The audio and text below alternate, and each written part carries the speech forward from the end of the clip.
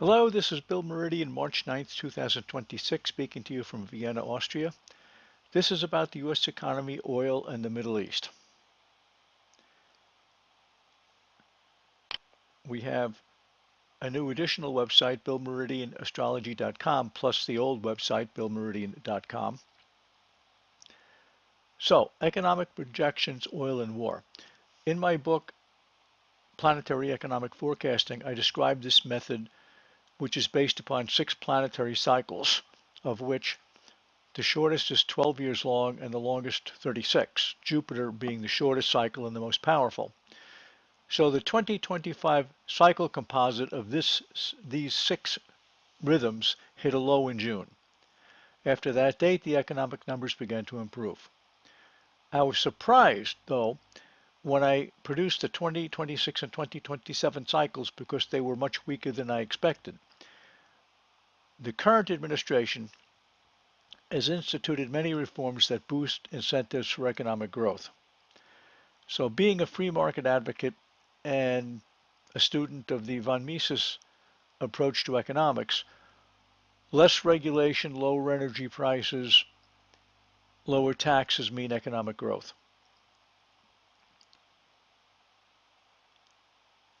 So what could bring the economic cycle down in 2026, 2027? Why the weak projections? So how about exogenous events such as the COVID lockdown that we had many years ago, and then the Democratic government shutdown that we had in Q4 2025, which shaved a few points off of economic growth? Well, I think high oil prices, war, and further Democratic shutdowns will be the reasons that will derail economic recovery. We will look at oil and Middle East instability in this presentation. So first, here's the economic cycle. Same methodology used in planetary economic forecasting. It showed a low in June at the end of the first half of the year and a rise into the end of the year, which I think is manifested because all the economic numbers started coming in at good levels after June 30.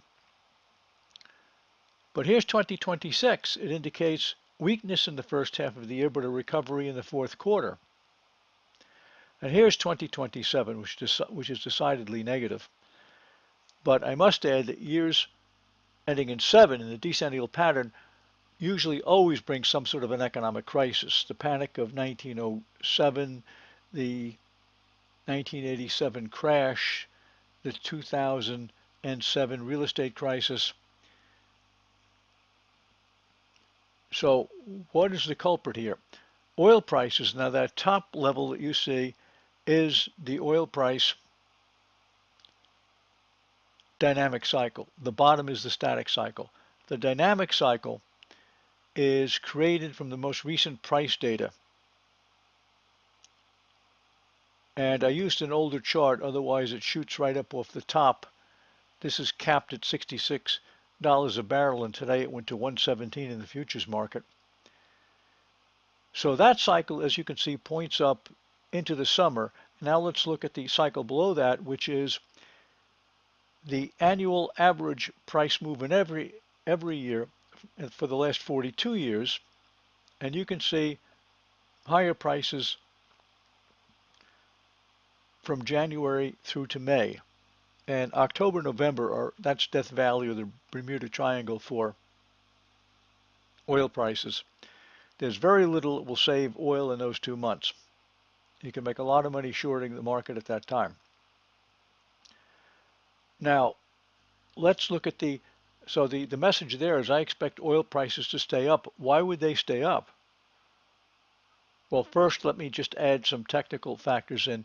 At about the 26th, 27th of February, price gapped up. Well, a gap like that occurs at the beginning of a move, not in the middle or the end. It's a breakaway gap. Number two, my sentiment measures show people are still very bearish on oil, and they don't believe price will stay up there. That's the type of fuel that keeps rallies going. This suggests there'll be further instability in the Middle East. Let's take a look. The February 17th, 2026 solar eclipse chart has Mars at 20 Aquarius, and the August 12th, 2026 chart, eclipse is at 20 Leo. So in other words,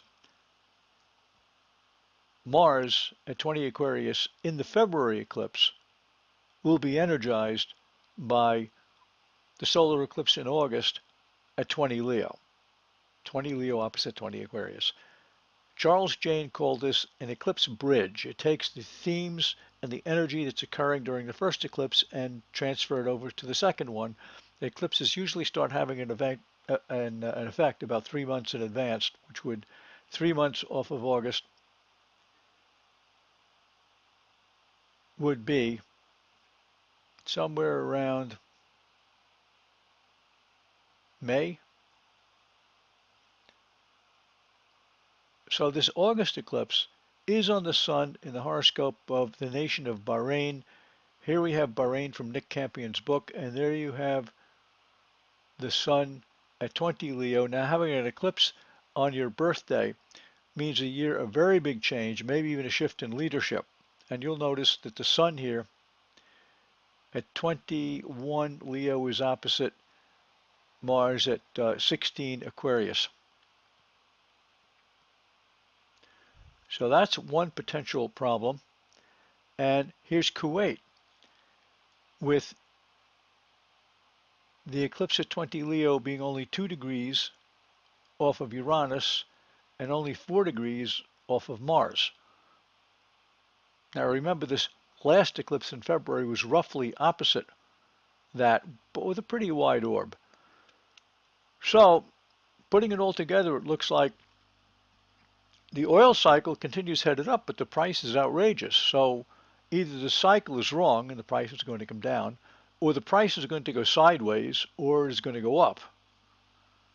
So I think it's one of the latter two, and I think it's probably up because the eclipse energy transfers from the February eclipse to the August eclipse, and because a couple of the Gulf nations' horoscopes are involved, indicates something may go off. So what could go off? There could be terrorist attacks within the country. There may be certain Iranian cells with rockets or missiles somewhere in a very remote part of Iran or outside of Iran. I don't really know. Or it could be that bad actors just decide it's time for leadership changes in these countries. So, lower economic growth, higher oil prices, instability in the Middle East. That's the conclusion I come to from this short analysis. And remember, I still have the mundane book, Mastering Geopolitical Prediction. You can pick that up at either of the two websites. And there's the old Predictive Power of Eclipse Paths. And there are the In Search books. Also, there's Planetary Economic Forecasting, Cycles Research Early Warning Service, which is a monthly. So that is it. Good night from Vienna, Austria. Talk to you again soon.